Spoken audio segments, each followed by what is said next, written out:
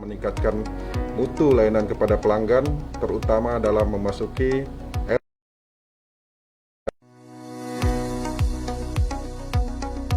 Saya Franciscus Dian, Bupati Kapuas Hulu, mengapresiasi upaya PLN dalam meningkatkan mutu layanan kepada pelanggan, terutama dalam memasuki era digitalisasi dan masa pandemi melalui aplikasi PLN Mobile. Melalui aplikasi yang super canggih ini, kita dapat menikmati layanan kelistrikan seperti melaporkan gangguan listrik, membeli token dan membayar tagihan listrik, mengajukan permohonan perubahan daya, melakukan pencatatan angka meter secara mandiri, dan masih banyak kemudahan-kemudahan layanan kelistrikan lainnya. Ayo kita download aplikasi PLN Mobile secara gratis di Play Store untuk penggunaan Android dan di App Store untuk pengguna iOS.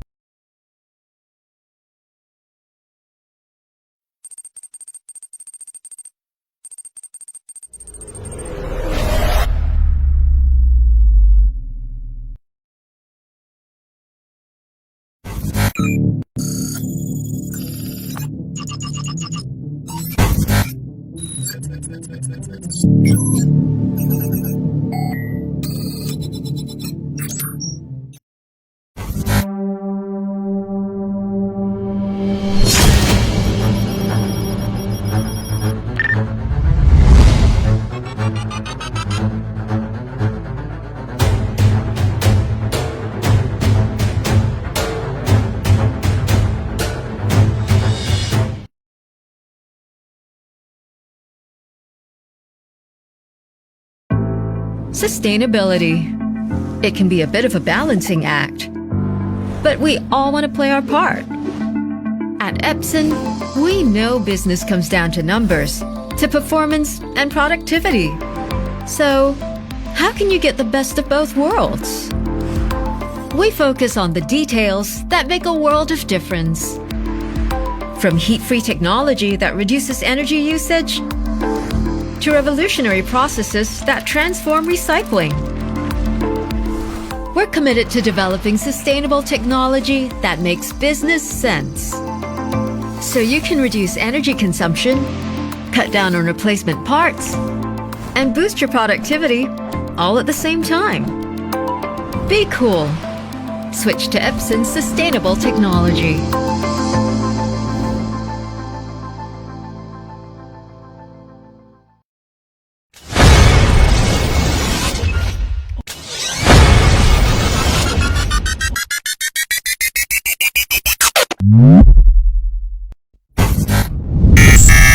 Let's rock.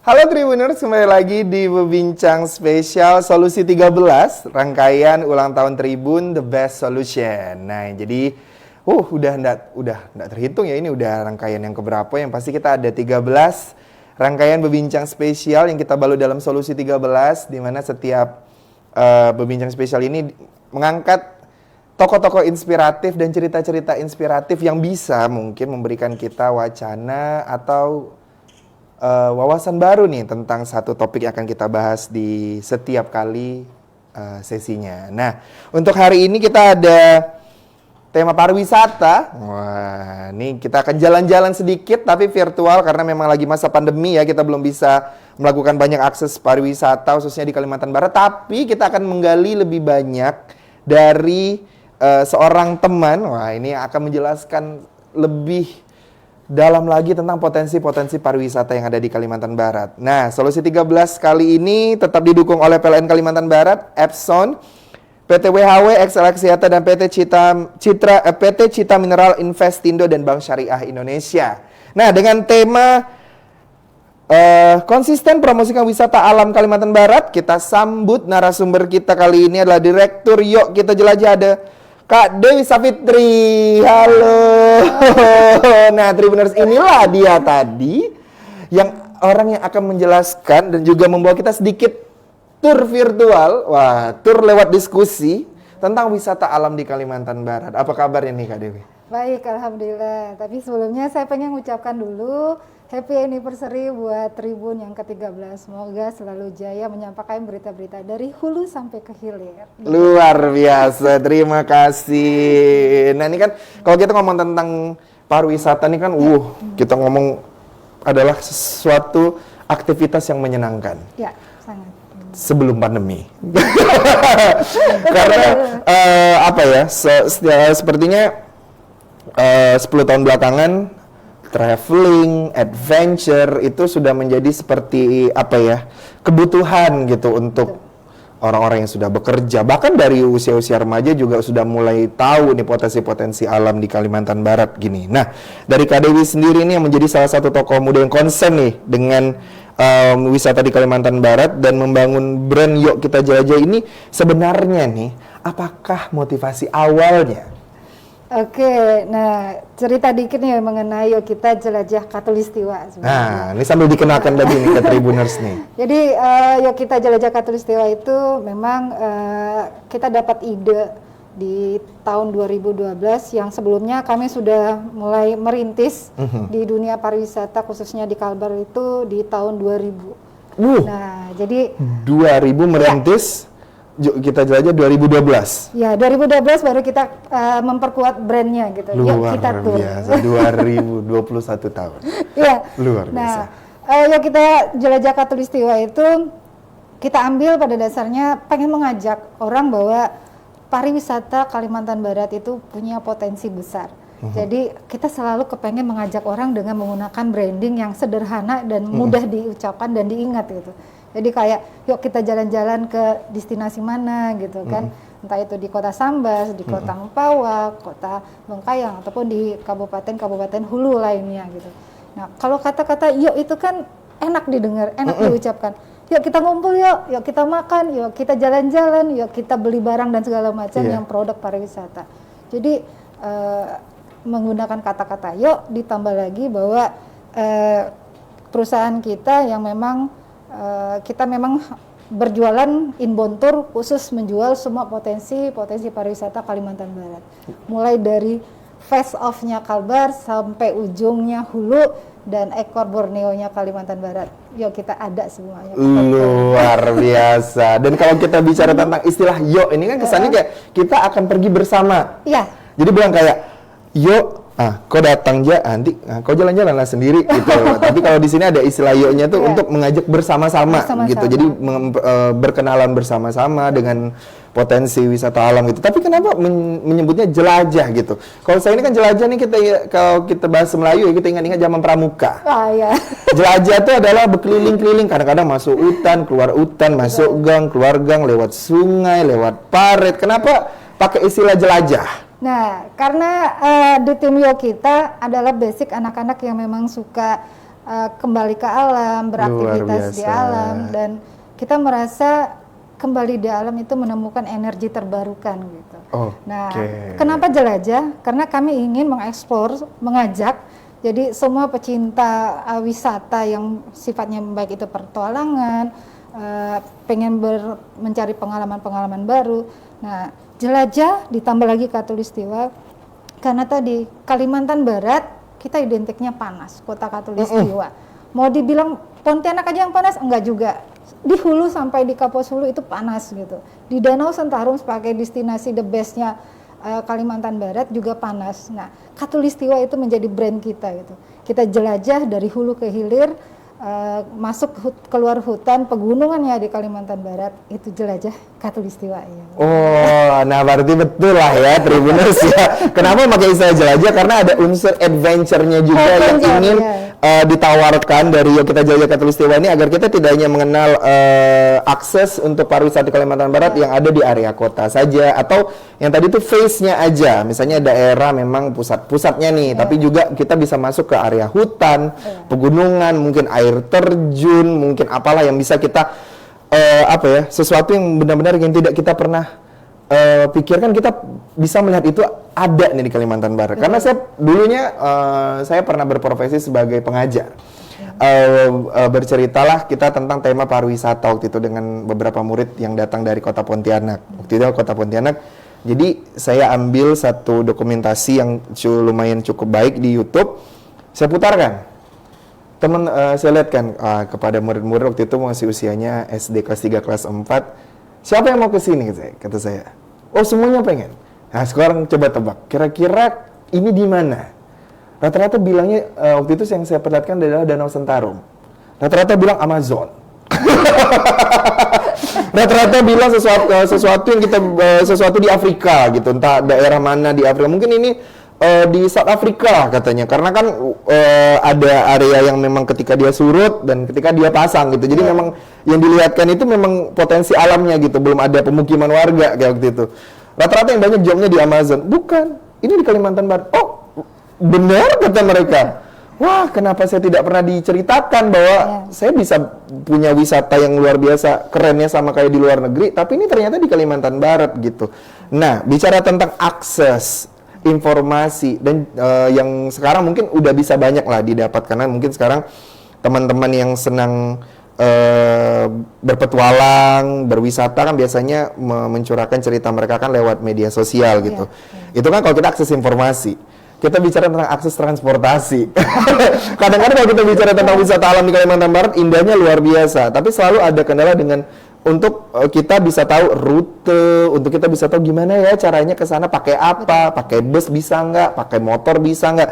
Nah, sedangkan di Yuk Kita Jelajah ini sendiri itu membuka rute baru wisata alam yang ada di Kalimantan Barat. Nah, itu gimana ceritanya dan gimana tantangannya untuk membuka rute itu? Oke. Nah, ini pengalaman di 2008 gitu, saat pertama kali kami membawa tamu untuk sampai ke ekornya Borneo, yaitu Ekornya di Paloh Borneo. ya. Apa? Paloh. Paloh? Iya, di Oke. Paloh, tepatnya itu di desa, kalau sekarang Desa Temajuk namanya ya, Desa Temajuk. Jadi 2008 itu akses masih belum ada. 2008 udah ke Temajuk ya. Sudah bawa tamu malah. Udah bawa tamu luar biasa. Saya ini baru tahu Temajuk Paloh ini kurang lebih 4-5 tahun belakangan gitu. Dari 8 nih ya, dari 8. Gimana tuh ceritanya dari 8? 2008 itu kita bawa tamu yang memang sampai ke Desa Sebubus itu, akses jalan hanya sampai di situ saja. Jadi selebihnya kami harus melewati laut, sungai lah ya, sungai dulu. Sungai baru kita ke laut lepasnya. Baru kita sampai ke satu destinasi, yaitu pantai terpanjang di Indonesia, Pantai Tanjung Selimpai. Nah, jadi Pantai terpanjang di Indonesia ada di Kalimantan Barat? iya dong. Tapi salah satu Sungai terpanjang, Pantai Sungai Kapuas, terpanjang. namanya Pantai peneluran penyu terpanjang lagi di Indonesia. di Indonesia, Ya. di Kalimantan Barat. Kalimantan Barat. Oke, Oke. siap. Nah, jadi 2008 itu sebelumnya kita sudah diinformasikan sama teman-teman NGO di sana bahwa aksesnya hanya sampai ke satu desa saja, namanya Desa Sebubus. Selebihnya kita akan pakai motor kapal lah gitu, kapal motor dengan longboat. Nah, jadi tamunya saya udah katakan untuk mencapai titik poin ekornya Borneo, karena yang jadi motivasi wisatawan kami adalah dia kepengen ngetak bahwa dia berada di ujungnya ekor Borneo. Hanya itu aja tujuannya. Hanya itu aja tujuannya. Nah, ditambah lagi dia bisa melihat penyu bertelur. Oke. Nah, jadi saat itu kita carikan alternatif, ada dua. Pertama lewat laut, yang kedua memang kita melihat kalau pasang surutnya pantai. Kalau lagi surut kita bisa pakai motor. Nah, Oh gitu. ya 2008 itu. Menyusuri pantai berarti. Menyusuri pantai. Pakai motor. Pakai motor, ngelewati jalan logging perkebunan sawit lah gitu ya. Oke. Itu zaman dulu tuh. Zaman dulu. Nah, akhirnya kita melihat bahwa untuk mencapai sebuah akses yang memang terkadang sangat-sangat sulit, Nah, itu harus kita informasikan kepada wisatawan kita. Kalau dia deal, setuju, terus aktivitas apa yang harus dilakukan, prepare-nya dengan kondisi akses jalan yang begitu sulit, dan pasti medan waktu yang panjang, ini yang harus kita prepare dari awal. Dan pastinya costing juga akan tinggi. Iya. Nah, 2008 boleh dibilang ini menjadi boomingnya paket wisata kami di sana. Akhirnya banyak permintaan-permintaan paket ke sana. Dan alhamdulillah sampai terakhir 2020 tahun kemarin saya pergi lagi ke sana, alhamdulillah akses sudah sangat mudah. Sudah sangat mudah. Nah, sampai ke ininya ya, ke Teluk Melanonya malah. Oke. Nah, yang liburan kemarin bulan Juni, liburan anak sekolah, saya ke sana lagi. Ya memang tantangan kita adalah kondisi pelebaran jalan sekarang kan memang sedang dibangun ya, dibangun untuk yang Trans Kalimantan, jalan jalan perbatasan. Nah itu sedang masuk jalan Tanah Merah. Namun masih bisa dilalui. Nah ini yang saya katakan bahwa sebenarnya untuk akses itu tergantung kita sebagai operatornya gitu, tour operatornya mengemas bagaimana kalau dengan kondisi jalannya hancur, bagaimana kita mensikapi si tamunya ini bisa tetap nyaman, aman dan bisa menikmati perjalanan. Nah, dari pengalaman seperti itu kita akan mencari meeting point mana saja yang bisa disinggahi untuk mereka istirahat tapi sambil menikmati sesuatu. Di sepanjang jalan itu ada beberapa rest area yang mereka bisa beraktivitas. Misalnya kalau di lokasi Sungai Bening ada air terjun, kita main ke sana air terjun. Kotor-kotoran yang sampai di jalan adalah mandi air terjun, berenang-renang, fresh lagi, jalan lagi. Jadi tidak fokus kepada titik-titik sulitnya gitu. Jadi bagaimana si operator itu bisa mensikapi dengan medan yang jauh, sulit dan segala macam. Nah, dia harus mencari sela-sela sesuatu yang bisa menjadi penyemangat tamu lah ya, menghilangkan rasa lelah gitu. Padahal kita juga lelah tuh pada saat itu. Karena tantangannya kan sebelum kita bawa tamu, kita pasti observe duluan. Iya, pasti. Itu udah pasti luar biasa mencari titik-titik, tadi kan titik-titik rest area nih Tribuners yang juga punya potensi pariwisata, tidak hanya untuk berhenti istirahat aja gitu, tapi juga untuk bisa dinikmati, bisa ada interaksi dengan alam, dengan mungkin dengan warga gitu kan. Tapi kan itu tidaklah serta-merta jadi kita jalan berhenti di sini dulu kayaknya di kampung kan enggak gitu ya. Sebagai tour operator kan juga harus punya pengalaman terlebih dahulu gitu karena ada apa ya istilahnya ada wawasan yang sebelumnya mungkin sudah diceritakan dulu dan inilah experience-nya gitu. Sebelum kita sampai benar-benar ke tujuan utama kita gitu. Sedangkan itu 2008 harus melewati perjalanan yang panjang dan itu 2008 berarti 13 tahun baru kita bisa menikmati akses yang mungkin lebih mudah. Gitu. Setiap tahunnya tetap ada perkembangan gitu ya. 2010, 2010-an ini saya lihat sudah ada peningkatan sampai kalau memang kita bicara tentang Kabupaten Sambas potensinya yang sekarang mau ke Palu udah 1 hari bisa gitu kan. 1 hari bisa. Iya, dengan beberapa alternatif perjalanan. Dan saya rasa ya memang untuk akses wisata, lokasi wisata di Kalimantan Barat ini masih dalam tanda kutip sudah jauh pasti mahal gitu. Nah, jadi bagaimana operator itu menyingkapinya gitu.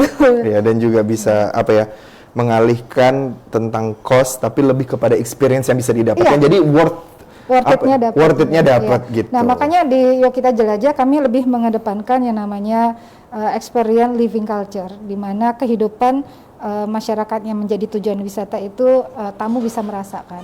Tidak hanya pengalaman exploring-nya, adventure-nya, tapi dia bisa mendapatkan sebuah pengalaman gimana sih kalau berjalan sama Yuk Kita Jelajahnya itu bisa menjadi sebuah perjalanan yang serasa keluarga gitu. Jadi ada tim bonding yang dibangun, ada komunikasi gitu kan. Karena itu yang paling penting.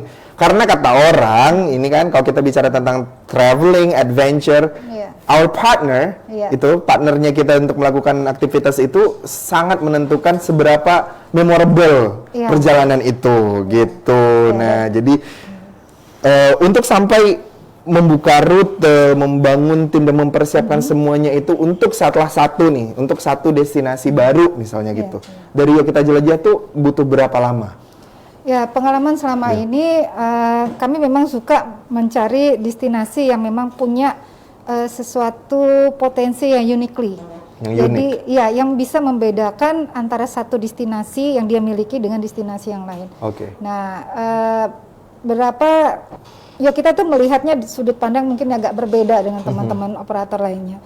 Kalau kami melihat contohnya di Kabupaten Bengkayang, dia punya potensi dengan sungai yang beriamnya. Kita coba push dengan aktivitas wisata berbasis sungainya gitu. Entah itu arung jeram, entah itu bermain tubing, terus bambu rafting. Nah, kita pushnya di sana. Nah, bagaimana mengkreatkan aktivitas selanjutnya itu bisa beraktivitas dengan masyarakat, menikmati hasil ladang mereka, terus lebih lagi bersentuhan dengan alam, bikin camping ground di sana. Nah, tahapan-tahapan ini biasanya kami akan uji namanya potensi dulu. Selain potensi besarnya apa, misalnya potensinya adalah sungai beriam. Nah, kita lihat dulu potensi SDM-nya. Nah, SDM-nya nih bisa nggak ya kita jadikan sebagai operator gitu. Nah, itu perlu tahapan, kadang setahun kita mempersiapkan mereka sampai yang akhirnya pelan-pelan kita lepas. Akhirnya tinggal telepon aja, ini terima tamu kita ya.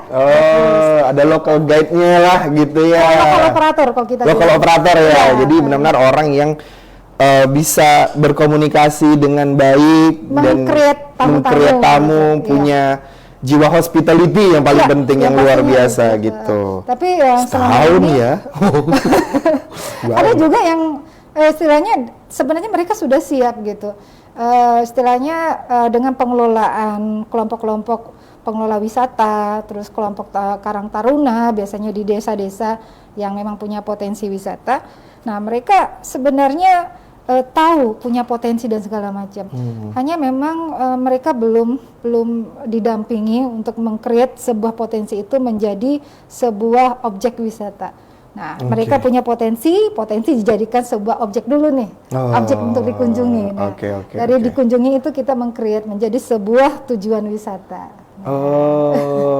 Berarti masuk ada perencanaan perjalanan, terus bagaimana peningkatan kapasitas SDM-nya melalui tadi siapa sih yang nanti akan memandu, siapa yang nanti menjadi interpreter, menyiapkan makan, oleh-oleh dan segala macam. Itu harus kita siapkan sedetail-detailnya. Sedetail-detailnya. Makanya sebenarnya proses itu sangat menentukan. Kalau orang tadi mikir sekarang kan udah enak nih kayaknya semua orang bisa main ke air terjun, main ke riam apa segala macam. Tapi tadi kan experience yang ingin dibangun di Yuk Kita Jelajah itu tidak hanya merasakan adventure-nya, tapi juga ada sentuhan masyarakatnya di sana, komunikasi dengan lokal, istilahnya itu kearifan lokalnya juga tetap ada, dan itu yang butuh proses gitu, karena mungkin ada kendala bahasa, mungkin kan ada kendala mungkin budaya yang harus diperkenalkan pelan-pelan kepada tamu, karena kan kayak tadi tidak semuanya area di Kalimantan Barat ini kan kita tahu kental culture-nya gitu.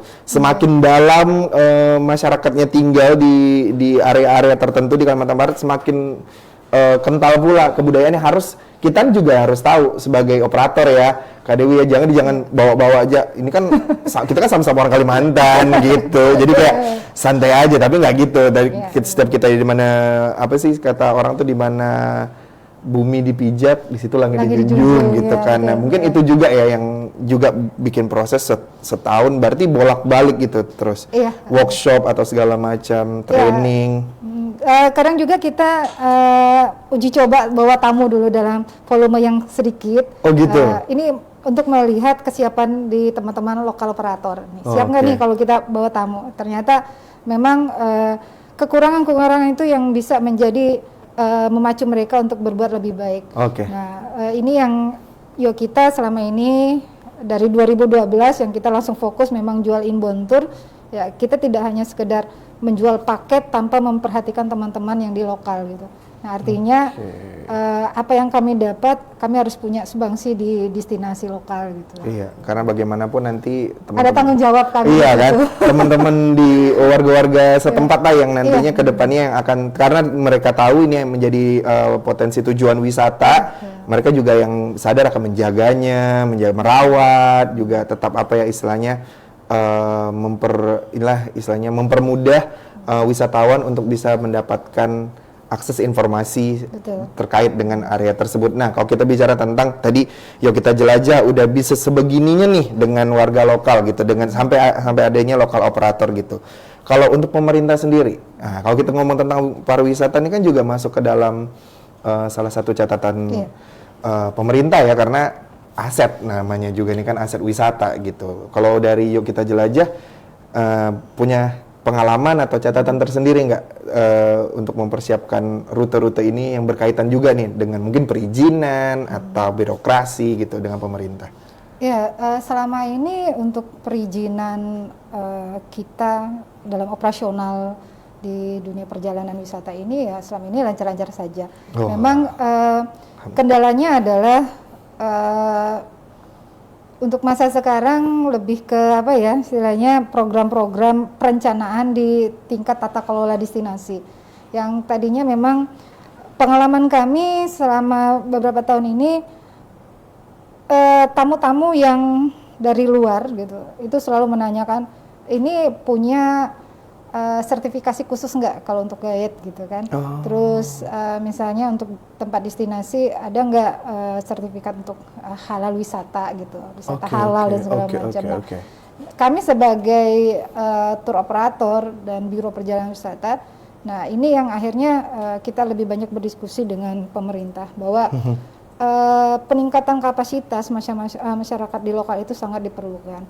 Makanya melalui dukungan pemerintah, terutama dinas pariwisata baik di pusat, provinsi maupun di kabupaten itu kita perlukan gitu. Baik itu untuk program peningkatan sumber daya manusianya di bidang pariwisata, terus untuk tata kelola destinasi wisata sampai bagaimana sih membuat jejaring pemasaran pariwisata lokal gitu. Nah ini yang kita memerlukan peran serta pemerintah yang memang sebagai regulasinya lah gitu. Iya lah kan, biar kayak kita nih merasa terlindungi gitu dari pemeran negara lah istilahnya kita yang ngebawa tamu-tamu yang mungkin ya tidak hanya tamu domestik tapi juga dari luar negeri, kita merasa orang itu aman karena berada dengan kita juga merasa aman ya karena itu juga tetap dilindungi dan diproteksi gitu. Iya betul. Dan alhamdulillahnya tahun 2020 tahun kemarin itu kita berhasil berkat dukungan dari Kementerian Kehutanan dan Lingkungan Hidup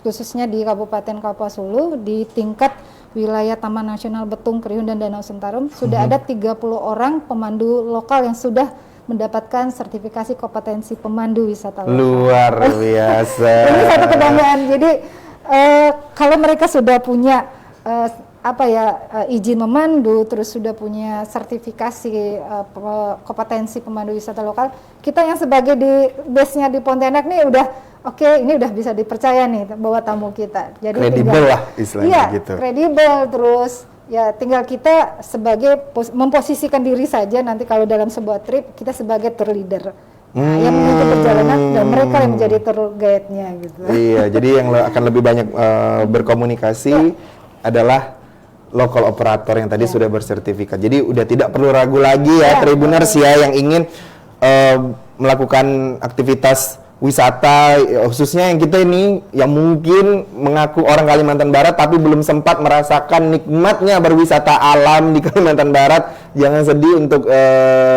kawasan di Danau Sentarum sendiri sudah ada 30 lokal operator yang sudah tersertifikasi. Wah, berarti udah melewati proses-proses yang memang sudah layak nih untuk kita kunjungi di areanya karena local people-nya itu sendiri yang akan menjadi pemandu atau operator kita berwisata. Jadi tidak perlu khawatir lagi. Kita dapat informasi langsung right from the source gitu kata orang kan. Jadi bukan sesuatu yang orang ini pelajarin dulu tapi langsung dengan orang lokalnya kita bisa belajar bahasa lokalnya, tradisi lokalnya, bisa tahu tentang local culture juga, bagaimana cara mereka bertani. Itu sih.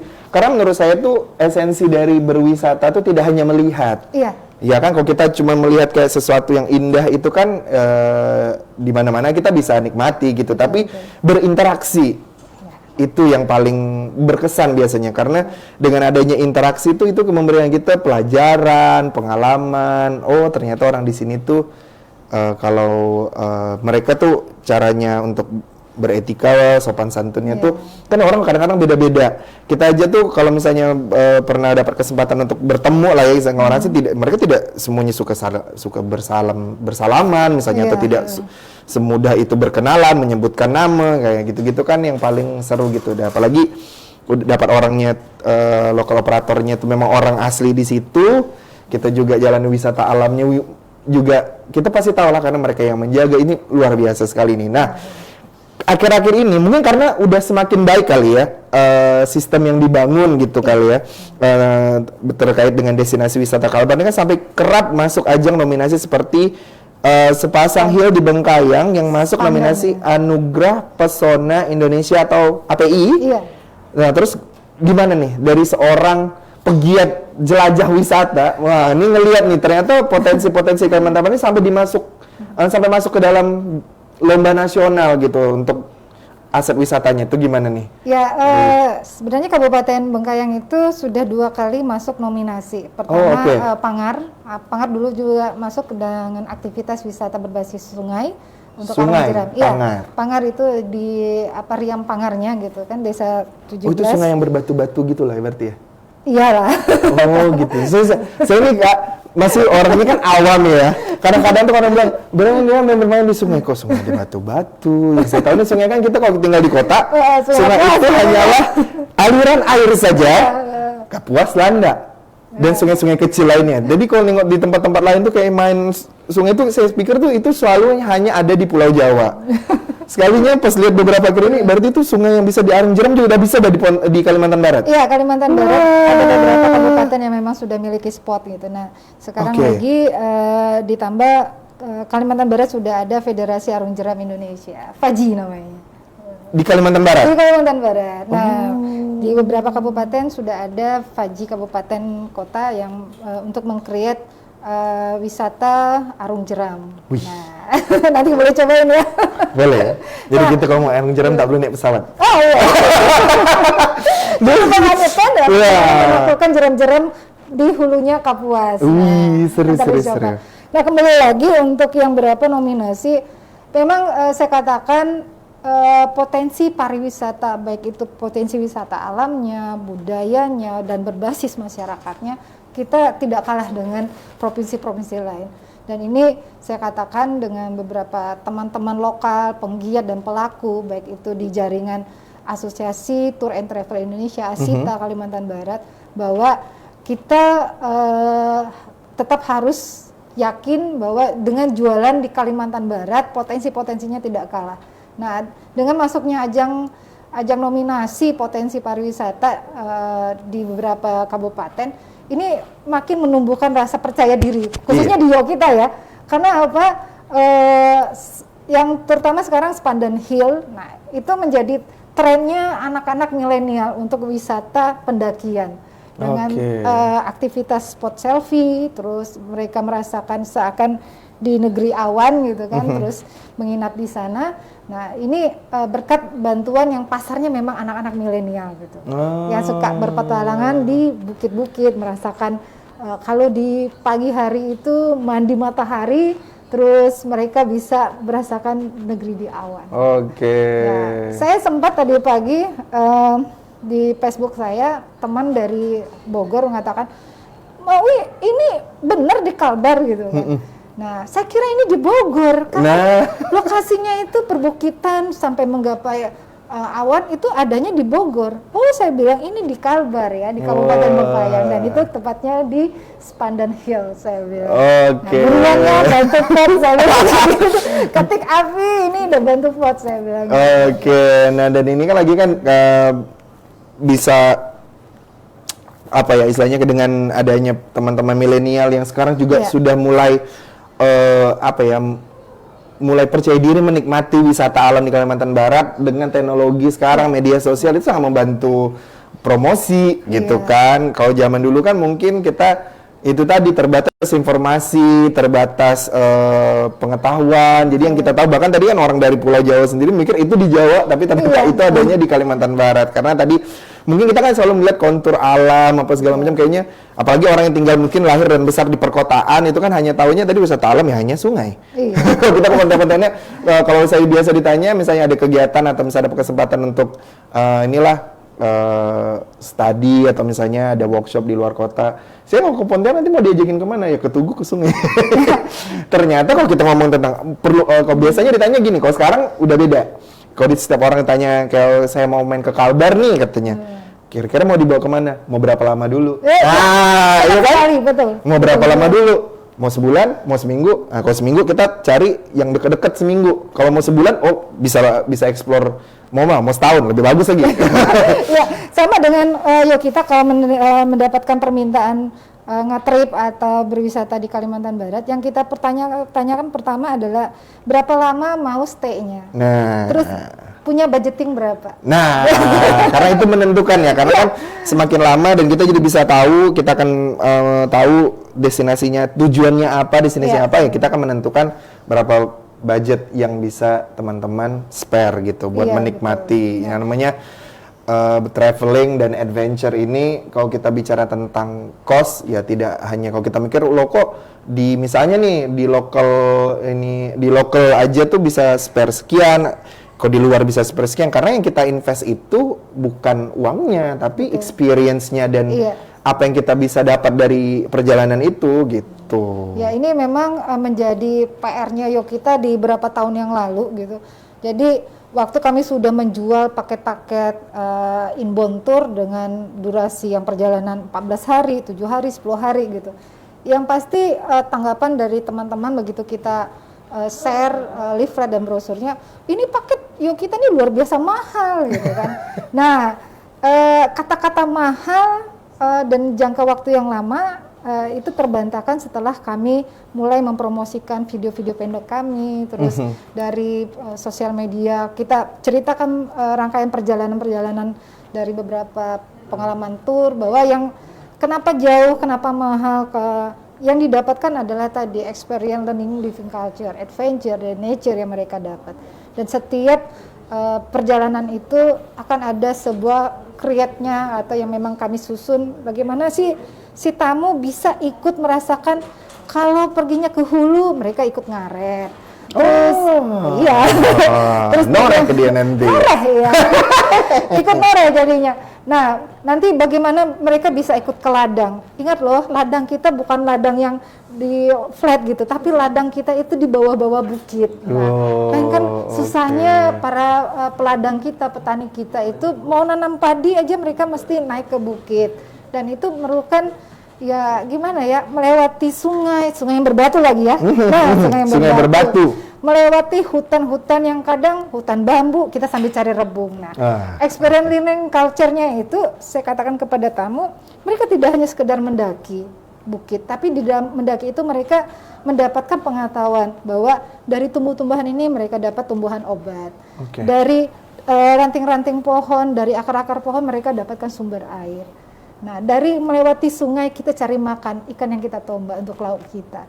Nah, dari experience perjalanan inilah yang kita kemas menjadi sebuah paket perjalanan. Nah, kenapa mahalnya di situ? Mahalnya itu di situ, karena yang ditawarkan adalah tidak hanya durasinya sekian hari, perjalanannya sekian jam, tapi di perjalanan itulah tersimpan sesuatu yang memang sedang disiapkan atau memang sudah disiapkan matang-matang gitu. Jadi pas kita pulang tuh kita, perjalanan di sana berapa lama? Aku di sana tuh misalnya nih seminggu, satu titik ke titik lain tuh bisa 3 jam, tapi 3 jam tuh full ada ininya, makan di sini, kan itu yang kita perlu yang kita perlu rasakan gitu. Karena kalau kita bicara tentang masalah kos, apa bedanya dengan kita misalnya kalau misalnya para tribuners yang hobi misalnya ke luar negeri, ya itu kosnya juga itu kadang-kadang malah kosnya habis di transportasi aja. Betul. Datang ke sana juga makannya ya makan yang pada umumnya aja gitu. Tapi kalau kita misalnya bisa istilahnya mempertimbangkan tidak hanya dengan kita pikirkan tentang kosnya dulu, tapi experience yang bisa kita dapat. Kita ada lupa kita bayar berapa. Betul. Yang kita ingat hanya momen-momen seru. Karena buat saya itu that's the very esensialnya kita traveling itu bukan mikirkan di kesana aku bis berapa nginap di mana gini. Mau kemananya, gimananya ke sana, kira kau ke sana bisa lihat apa ya? Nah, itu yang penting. Karena pas pulang-pulang tuh cerita gitu tuh orang tuh akan nanya, "Kok kayaknya kemarin seru di sana." Kita enggak ceritakan makan di sana harganya berapa ya, gitu ceritakan lebih dari itu gitu. Itu hanyalah kesimpulan di awal kalau mau ke sana siapin sekian. Iya. Itu sih. Oke.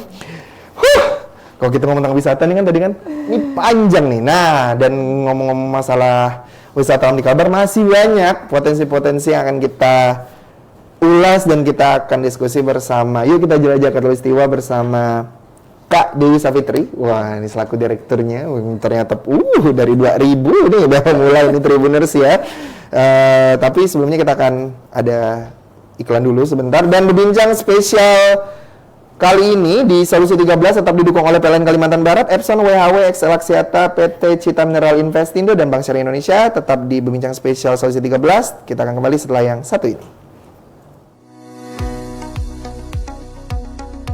Saya Fransiskus Dian, Bupati Kapuas Hulu, mengapresiasi upaya PLN dalam meningkatkan mutu layanan kepada pelanggan, terutama dalam memasuki era digitalisasi dan masa pandemi, melalui aplikasi PLN Mobile. Melalui aplikasi yang super canggih ini, kita dapat menikmati layanan kelistrikan seperti melaporkan gangguan listrik, membeli token dan membayar tagihan listrik, mengajukan permohonan perubahan daya, melakukan pencatatan angka meter secara mandiri, dan masih banyak kemudahan-kemudahan layanan kelistrikan lainnya. Ayo, kita download aplikasi PLN Mobile secara gratis di Play Store untuk penggunaan Android dan di App Store untuk pengguna iOS.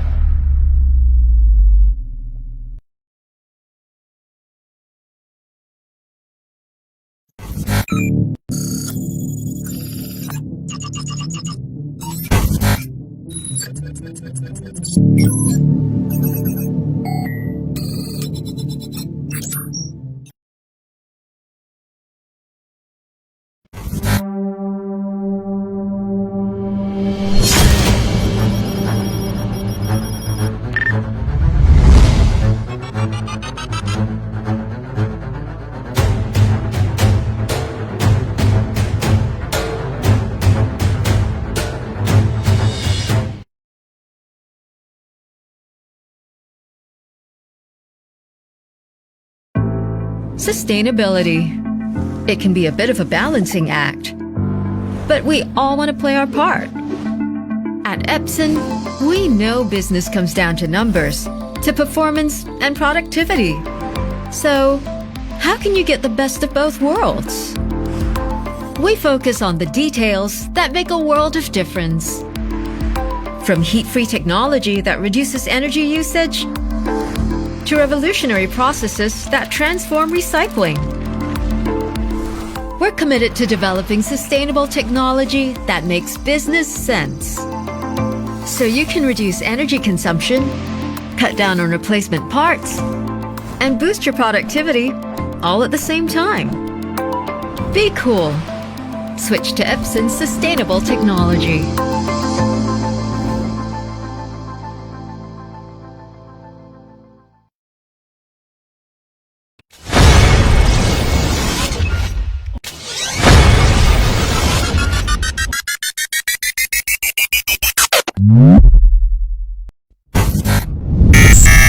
Let's rock.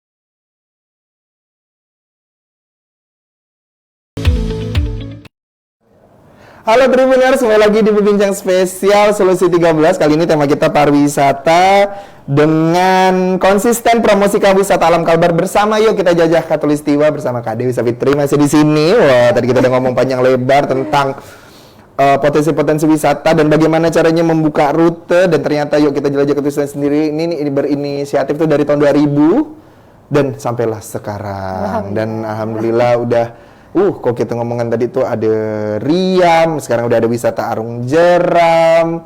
Kita tahu, akhirnya saya tahu ya, akhirnya mungkin Tribuners juga yang mungkin menonton ini baru tahu di Pontianak, di Kalimantan Barat ini tidak hanya sungainya yang terpanjang se-Indonesia, tapi pantai terpanjang se-Indonesia Raya ini. Semoga ya ke depannya tuh kita bisa dapat kesempatan menjadikan Kalimantan Barat ini destinasi wisata unggulan. Ya, kalau kita bicara tentang potensi alam ya, karena kan yang kita tahu sekarang ada beberapa memang pulau-pulau provinsi di Indonesia yang dijadikan wisata unggulan karena memang keunggulan alamnya yang sudah mulai dipromosikan gitu. Dan semoga para milenial, para tamu wisata yang bermain ke Kalimantan Barat nih jangan sungkan-sungkan mengupload dan bercerita lewat media sosial gitu ya. Jadi makin banyak orang yang tahu gitu. Bahkan tadi orang Bogor yang nggak tahu kalau di Pontianak ini ada negeri di atas awan. Hey, mari kita ke Bengkayang. Iya kan? Jadi, sekarang kalau ada istilahnya nih ya, kalau misalnya memang ada rezeki lebih apa segala macam, ketika kita berpikir pusing nih mau kemana-mana, mau naik pesawat susah, sekarang penerbangan cuma sekali, ya udah kita keliling-keliling Kalimantan Barat saja. Betul kan? Nah, di masa pandemi ini sebenarnya kalau kita penggiat pariwisata lebih fokus jualannya adalah wisata desa. Wisata desa? Iya, wisata desa yang memang kita mengikuti aturan prokes, jadi wisata desa dan dibatasi. Ya, jadi bukan lagi mass tourism. Nah, kita mengambil pola perjalanan dengan tema tematik dan itu wisata desa. Wisata desa. Iya. Jadi berbaurlah dengan warga-warga desa. Iya, experience living culture tadi. Ya mungkin kalau yang setahu saya mungkin ya kalau mungkin ada beberapa negara di dunia ini yang benar-benar melayani experience living culture, tidak hanya alamnya, tidak hanya teknologi dan segala macam. Kan kayak di Jepang, mereka mempunyai satu area memang itu adalah area yang benar-benar masih tradisional banget gitu. Yang kalau kita ke sana kita bisa merasakan begini loh orang Jepang yang benar-benar tinggal di pemukiman pedesaan gitu. Sedangkan kalau misalnya mungkin kalau di sini kalau kita fokusnya saja tadi ke area wisata, kan kita lupa nih mereka kan juga tinggal di daerah-daerah dekat wisata itu gitu. Kalau terakhir-terakhir ini ke desa mana?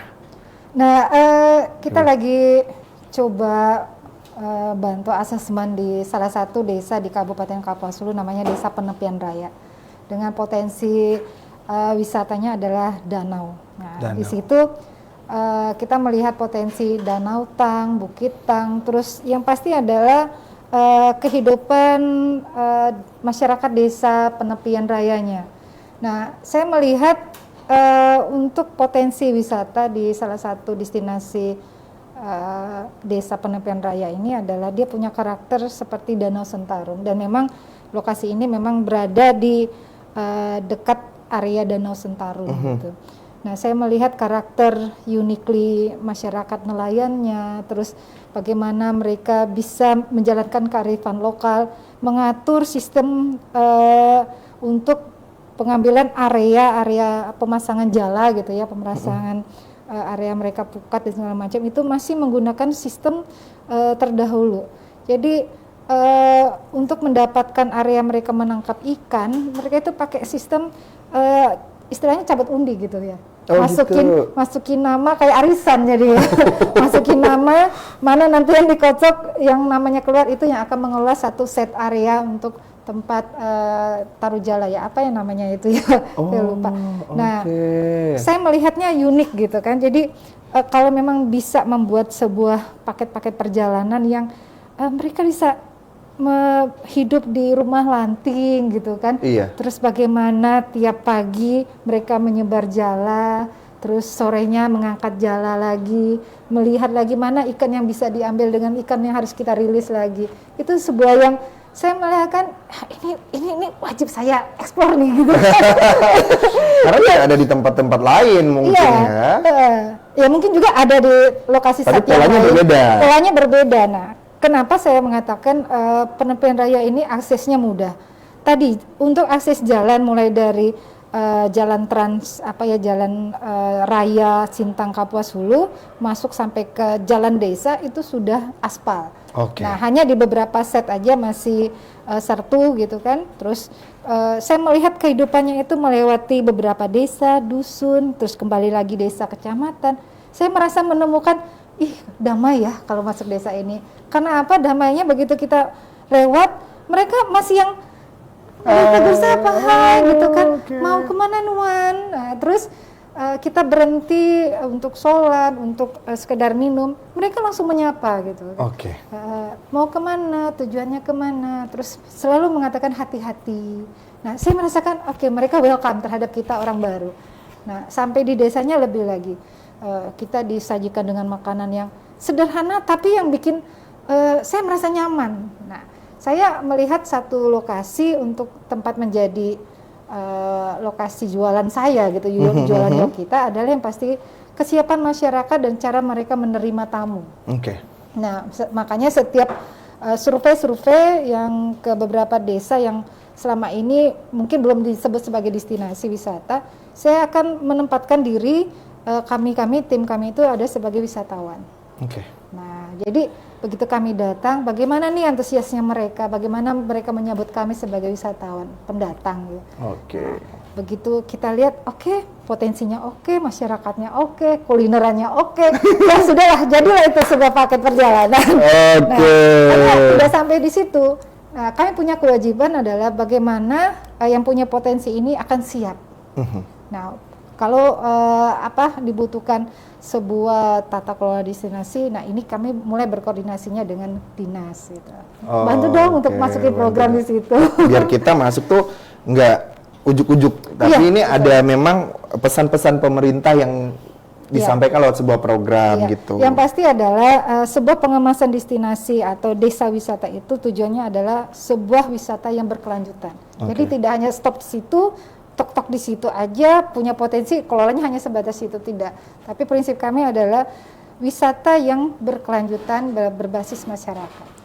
Oke, nah ngomong tentang masyarakat, ini kan kalau kita ngomong tentang destinasi wisata alam, tadi wisata desa, kan juga pastinya kita harapkan ada kesadaran nih dari warga setempat yang biasanya disebut dengan kelompok sadar wisata. Nah, ini kelompok sadar wisata ini sendiri, apakah tadi melewati proses seperti tadi, kita datang dulu sebagai wisatawan, sekali kita ada potensinya, lalu kita bekerja sama dengan pemerintah, itu bagaimana caranya teman-teman di Pokdarwis ini juga terlibat nih dalam pengembangan wisata?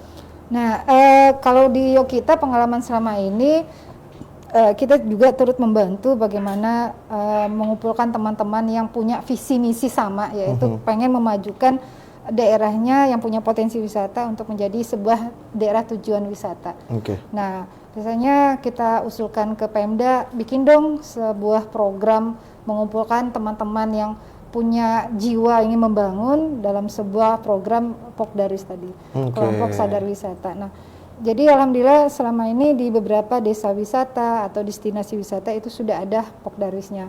Kalau daerah perhuluan namanya KPP, Kelompok Pengelola Pariwisata. Oh, ada beda-beda lagi namanya. Iya, tapi tujuannya memang hampir sama ya, karena di dalam KPP ataupun Pokdarwis itu tujuannya mereka adalah bagaimana sih mengelola kawasan mereka menjadi daerah tujuan wisata, mulai dari perencanaan perjalanannya, perencanaan menyediakan makan minum, terus menyiapkan oleh-oleh, souvenir, dan mereka yang juga akan memelihara kawasan tersebut. Oke, dan pastinya juga akan mengedukasi ya Tribuners, warga-warga yang lain yang berada di sekitar untuk juga punya pemikiran yang sama gitu. Nah, peranan kita selama ini kami turut membantu memberikan mereka beberapa pelatihan-pelatihan yang alhamdulillah selama ini pure kita bantu dengan support dari perusahaan sendiri.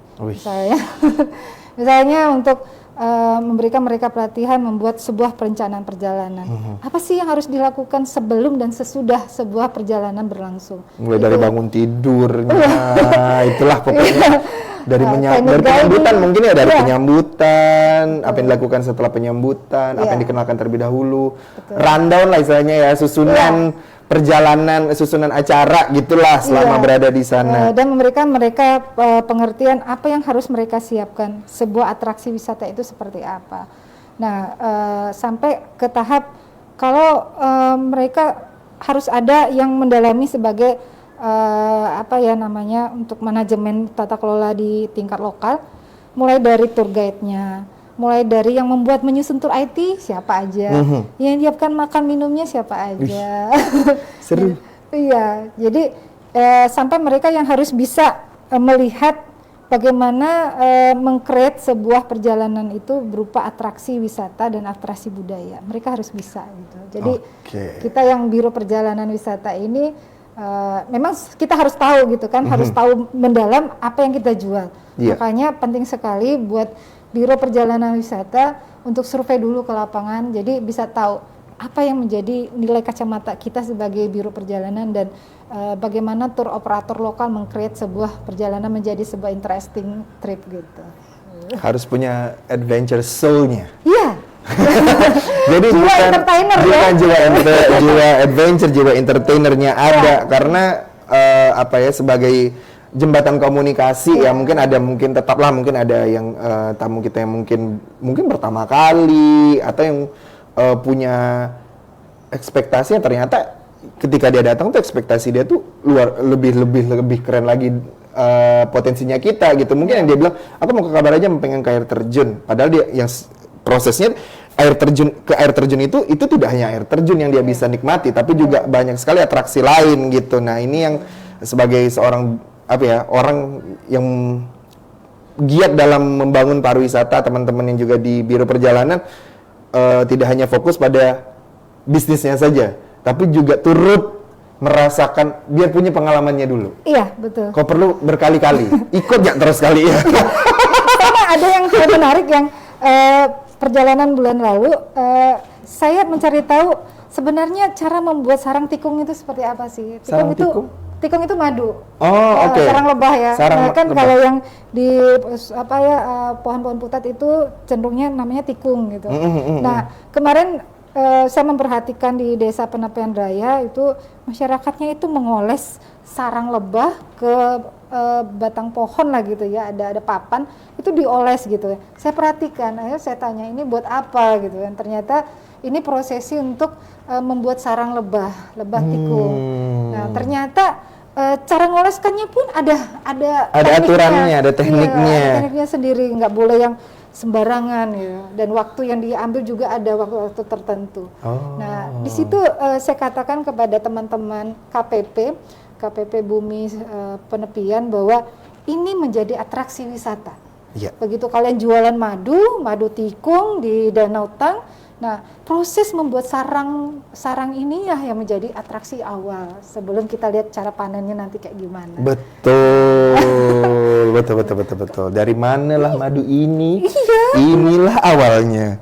Alurnya jadi kita mundur. Betul. Nah, meletakkan sarangnya pun tidak bisa sembarangan, kan?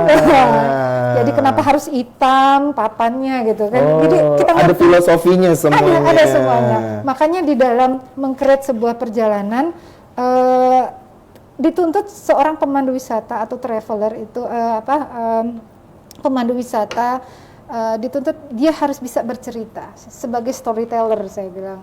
Ya harus mengupas banyak cerita, baik itu cerita yang yang bahala kalau kita bilang, tapi bisa dipercaya dan accountable gitu ya. Iya. Nah, ini yang teman-teman legenda masyarakat kayak gitu. Saya bilang, nah kenapa masuk ke danau ini harus jam sekian, tak boleh siang, terus kalau malam melihat cahaya harus diam, tak boleh bergerak. Menjadi panduan-panduan awal kalau kita mau berwisata berbasis alam. Betul. Nah, kan jadi jangan sembarangan juga. Makanya kan kalau kita tuh banyak petuah. Petuah. Dan itu tuh bukan hanya konsumsi kita yang sebagai pegiat atau orang-orang yang sudah mulai sadar tentang wisata. Mungkin ya kita kalau kita berpikir secara logika itu hanyalah petuah orang tua saja. Tapi ketika ini masuk ke dalam sebuah atraksi budaya itu cerita itu juga dalam istilah dalam satu kesatuan gitu. Kenapa misalnya kayak di Pontianak ada terkenal, mungkin kalau orang cari Pontianak kok ada gambar kuntilanaknya, itu ada ceritanya. Dan itu ada atraksi wisata yang dimana kita semua orang yang besar dan lahir di Pontianak sedikit banyak akan diceritakan tentang itu. Betul. Kayak local myth, local legend, dongeng, apa segala macam itu juga menjadi satu kesatuan. Nah, ini kan udah sekeren-keren ini nih gitu. Tiba-tiba adalah pandemi ini yang mungkin kita berharap segera. Karena makanya kalau kita mau segera, yuk kita vaksin ya, Tribuners ya. Karena kalau kita udah vaksin, akses kita buat menikmati pariwisata itu akan lebih dipermudah lagi karena dengan adanya kita sertifikat vaksin kita bisa melakukan perjalanan sekarang. Tapi untuk sekarang sendiri nih, akhirnya tadi kan agak ada pergeseran nih dari kita wisata alam kita ke wisata desa. Sebenarnya kalau kita bicara tentang dampak dari pandemi ini, sebenarnya yang paling besar dampaknya tuh bagaimana setelah pandemi ini di pariwisata, Kak Dewi? Iya, yang pasti adalah di bidang sektor pariwisata, mau itu di sektor hospitality-nya, di sektor transportasi, terus biro perjalanan, pemanduan wisata, makan minum dan segala macam. Itu sangat terpengaruh. Merata ya berarti ya? Iya, nah jadi kita di Yogyakarta mengambil momen ini untuk lebih mempersiapkan di tingkat destinasi. Nah, jadi untuk jualan paket mungkin kita stop, walaupun nanti banyak permintaan yang kita lebih mengarahkan paket-paket perjalanan kita lebih sifatnya tematik. Artinya paket itu berkaitan dengan di masa pandemi. Nah, untuk sekarang memang kita lebih mencari sebuah panduan bagaimana berwisata aman di masa pandemi. Aman di sini adalah aman di tingkat pengelolaan wisatanya, aman bagi kita sebagai tour operator, aman bagi untuk si wisatawannya. Nah, formula ini yang kita mengikuti prokes untuk berwisata. Artinya kalau di tingkat pengelolaan yang biasanya dia konsepnya adalah wisata mass tourism, mungkin sekarang hanya mengikuti prokes, hanya bisa menerima tamu ke dalam kawasan wisata hanya 25% mungkin gitu ya. Nah, seperti kalau untuk wisata Arung Jeram, kalau dulu kan kita open saja, sebanyak-banyaknya mau orang berwisata silakan saja. Nah, mungkin di masa pandemi ini kita batasi. Nah, mungkin satu harinya hanya bisa menerima ya 50 orang dengan kapasitas wisata kawasan pastinya gitu. Nah, untuk transportasi juga mungkin yang tadinya ya pastinya ya kalau kita nyiapkan travel sebanyak-banyaknya tamu untungnya pasti besar. Nah, kalau sekarang kita lebih jualan paketnya adalah paket wellness, artinya paket itu benar-benar untuk kenyamanan. Nyaman dan pasti kita nggak mau sakit dong. Kita nggak mau menjadi sebuah jaringan yang menyebarkan COVID. Nah, artinya ini kenapa kita kembali lagi mencoba mencari sebuah formula panduan yang paling aman, biar sedikit tapi pariwisata bisa tetap berjalan. Jadi mungkin kalau kita bicara tentang dampak merata, tapi bagaimana cara kita bangun lagi pelan-pelan, merubah sedikit pola, mengikuti prokes. Ya kita harapkan ya ini juga kembali pelan-pelan lagi akan kembali normal gitu. Tapi sebenarnya untungnya adalah bukan untungnya ya, enggak ada untungnya juga nih pandemi sebenarnya. Cuman dari segi positif yang bisa kita pelajari dari COVID ini sendiri adalah kita jadi lebih aware lagi tentang fasilitas kesehatan, layanan-layanan kesehatan yang kalau kita untuk di wisata alam ya sangat memang harus, yang mungkinnya tadi pasti udah disiapkan. Jadi bisa 3 kali 4 kali lebih kencang persiapannya gitu. Jadinya jauh lebih merasa nyaman dan aman gitu ketika pergi-pergi karena semuanya udah mengikuti protokol kesehatan gitu. Dan dari situ Tribuners kita sebaiknya jangan lagi khawatir gitu. Tinggal kita lagi persiapkan mental kita dan fisik kita. Jadi pastikan dulu kalau mau pergi-pergi itu pastikan juga kita ini memang dalam keadaan memang sehat. Kita juga punya, karena ini berbasis alam akan lebih banyak beraktivitas secara fisik. Pastikan kita juga punya endurance, apa ya kalau endurance kayak daya tahan tubuh yang luar biasa cukup gitu. Nah, kalau mau pergi-pergi wisata gini nih, bolehlah seminggu sebelum pergi olahraga. Nah, bersepeda ke jogging kan. Jadi nanti terbiasa untuk melihat trekking atau apa, atau misal aktivitas yang full seharian itu udah terbiasa gitu. Nah, Ngomong tentang wisata ini kan Kalimantan Barat sendiri nih ada kebijakan baru namanya Yuk Wisata ke Kalbarja. Nah, ini dari Yuk Kita Jelajah yang udah yuk duluan. Bagaimana? Wah, ini pemerintah akhirnya membuat sebuah gerakan nih untuk mengajak wisatawan berwisata di Kalimantan Barat. Dari sudut pandang Yuk Kita Jelajah, bagaimana menyikapi ini? Iya, branding sebuah gerakan kampanye Yuk Kita Wisata di Kalbarja itu dicetus di tahun 2020 tahun kemarin. 2020, justru Iya. di tengah-tengah pandemi ya? Iya. Luar biasa.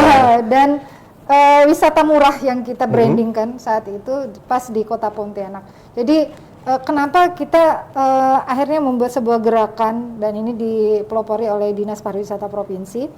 Nah, membuat sebuah gerakan Yuk Kita Wisatanya Kalbarja. Karena apa?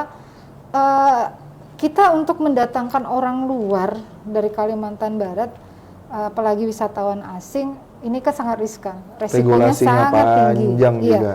Dan yang pasti adalah mengembalikan kepercayaan bagi wisatawan luar untuk wisata aman tadi. Nah, artinya sasaran pemasaran target kita adalah orang-orang lokal.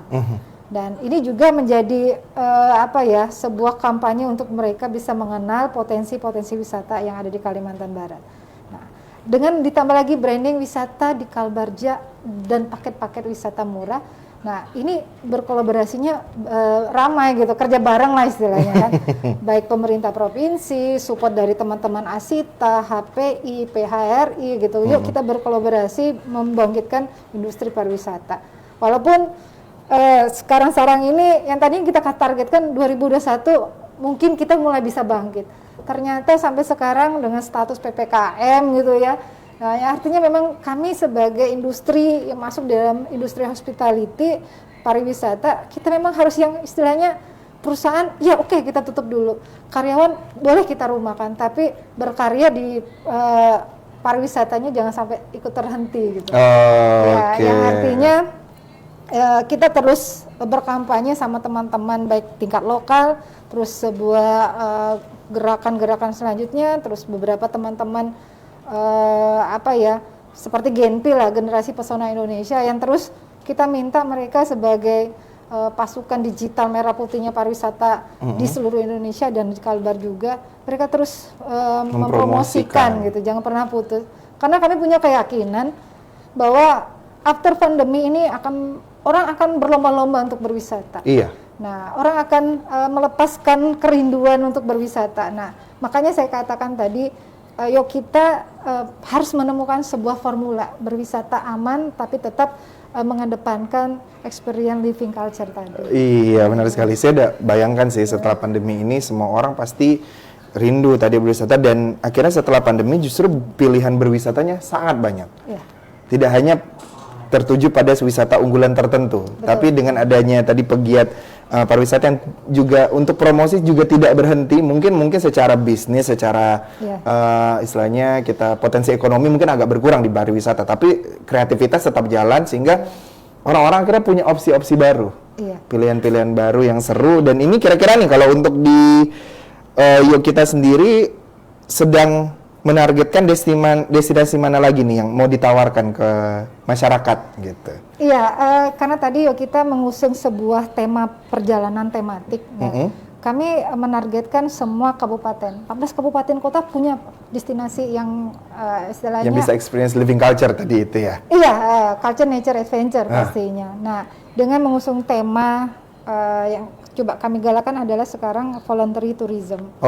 Nah, voluntary tourism itu gimana para wisatawan, para pengunjung itu bisa exploring, adventure ke satu destinasi, tapi mereka bisa melakukan sesuatu untuk destinasi. Makanya voluntary tourism ini coba kami targetkan 2021 ini di setiap event yang berkaitan dengan entah itu Hari Mangrove kayak kemarin ya, Hari Mangrove sedunia, terus memperingati Hari Air berkaitan nanti dengan arung jeram, apa yang bisa kita lakukan untuk menjaga destinasi. Nah, voluntary tourism ini konsepnya adalah kita datangkan wisatawan yang memang punya pure untuk menjaga alam konservasi. Oke. Nah, mereka dengan biaya sendiri tapi bisa memberikan kontribusi untuk alam, budaya, pariwisata. Oh, luar biasa. Nah, dengan adanya kegiatan-kegiatan seperti ini juga pastinya sesuai juga ya mungkin dengan target kita ke depannya, promosi semakin jalan. Iya. Dan ini dilakukan oleh para pelaku wisata sendiri Iya. gitu. Tidak hanya misalnya kayak orang yang langsung berexperience bisa bercerita, bisa istilahnya mengajak orang lewat pengalaman-pengalaman yang dia sudah ceritakan lewat mungkin media sosial atau bentukannya sekarang udah macam-macam, udah ada vlog, foto, segala macam. Aduh, pengen ikut. Ada harapan kami sih sebenarnya teman-teman pelaku pariwisata, penggiat juga untuk melakukan sebuah digital marketing pariwisata Oke. Kalbar. Nah, baik itu mau virtual tour, terus promosi di aircraft-nya gitu kan. Nah, ini sedang mencari formula gitu kan. Formula baru. Formula yang tepat bagaimana nih kita bisa digital marketing, promosi semua produk-produk pariwisata dalam satu momen, entah itu nanti ulang tahun Kota Pontianak Oke, gitu kan. benar. Lagi mencari momennya nih gitu. So. Mudah-mudahan bisa. Ya. Pasti cari sponsor. Itu juga.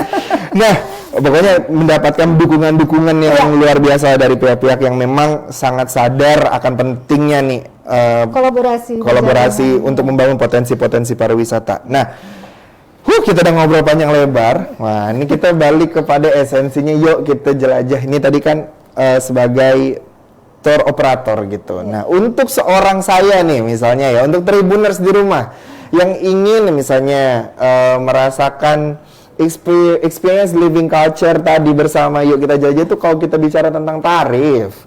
Nah, ini kan berapa lah kira-kira paketan-paketan yang ditawarkan oleh Yuk Kita Jelajah untuk para Tribuners yang menyaksikan gitu. Oke, nah kalau untuk wisata Arung Jeram, range kami itu mulai dari 450 sampai 750. Itu untuk durasi? Durasi 2 hari 1 malam. 2 hari 1 malam 400 sampai 750.000 Iya, per orang? Per orang. Oke. Nah, itu ada minimalnya. Dengan kapasitas tadi kita menghitung kalau misalnya menggunakan bis dengan kapasitas 30 seat, nah artinya kan hanya kita muat 15 saja.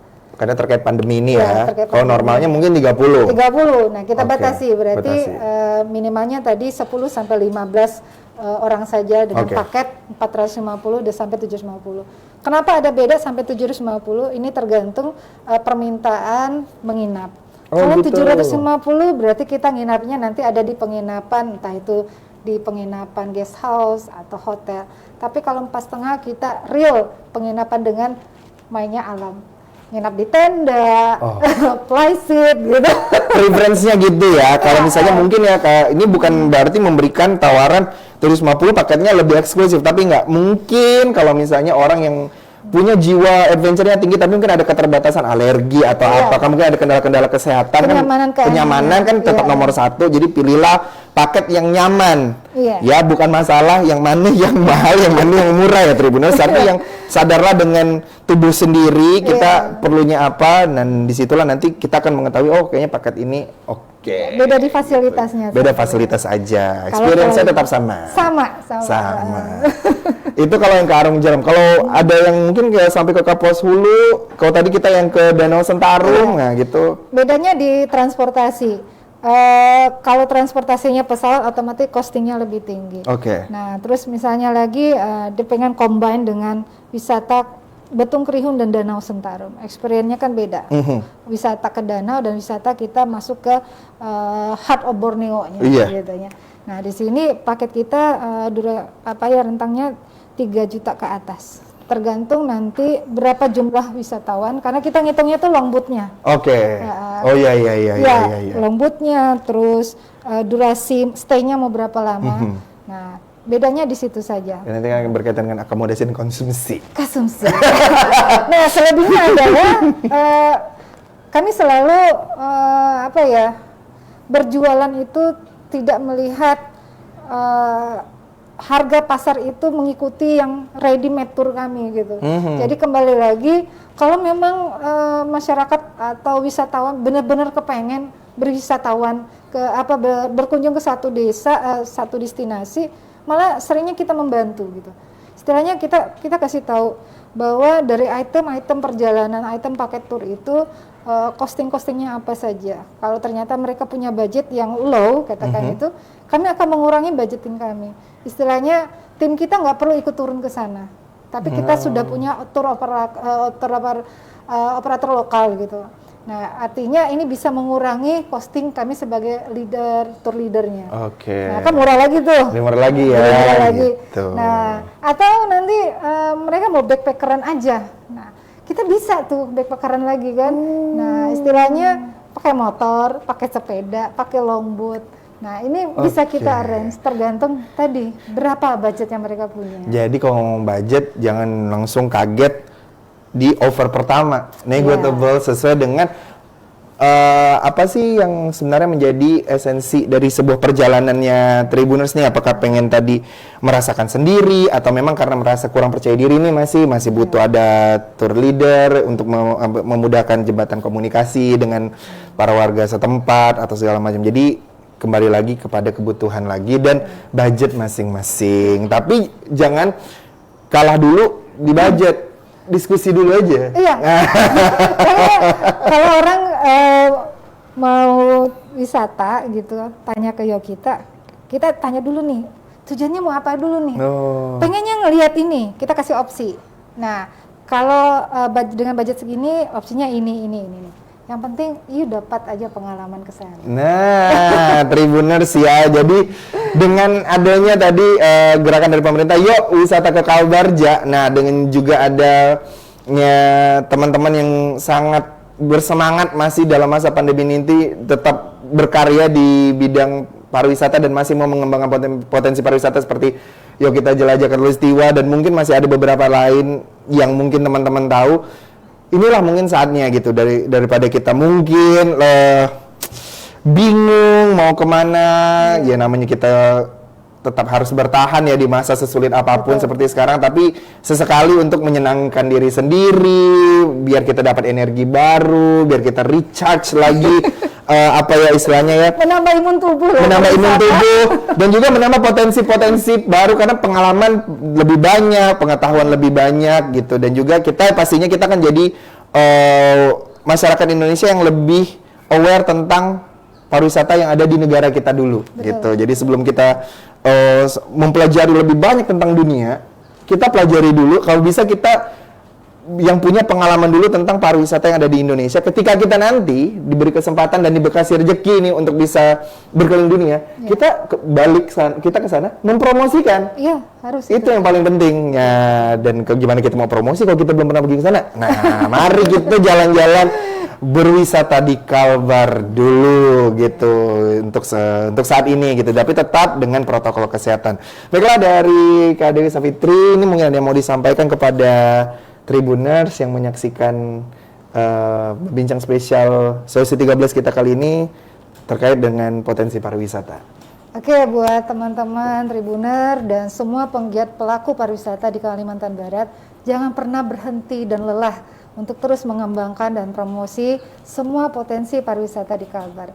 Walau di masa pandemi ini kita tetap harus berkarya, harus meng-create sebuah atraksi-atraksi wisata yang di setiap destinasi. Nah, wisata tetap di Kalbarja. Wisata tetap di Kalbarja.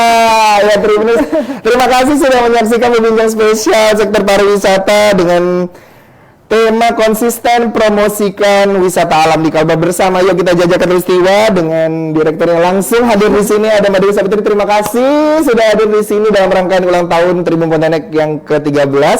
Dan terima kasih juga mengucapkan untuk berbincang spesial yang didukung oleh PLN Kalimantan Barat, Epson, PT WHW, Excelaxiata, PT Cita Mineral Investindo dan juga Bank Syariah Indonesia. Ini luar biasa. Setelah ini saya udah pasti meyakinkan diri saya dan juga pastinya Tribuners yang di rumah juga pastinya akan yakin mulai menulis mau kemana abis ini. Dan pastinya hubungi Yuk Kita Jelajah. Yang pastinya hubungi Yuk Kita Jelajah biar kita bisa tahu ke paket wisata seperti apa yang cocok dengan budget dan yang pastinya sesuai dengan pengalaman wisata yang ingin kita harapkan. Yang pastinya wisata tadi di Kalbarja. Oke, terima kasih. Assalamualaikum warahmatullahi wabarakatuh. Sampai jumpa di bincang spesial edisi berikutnya. Dadah.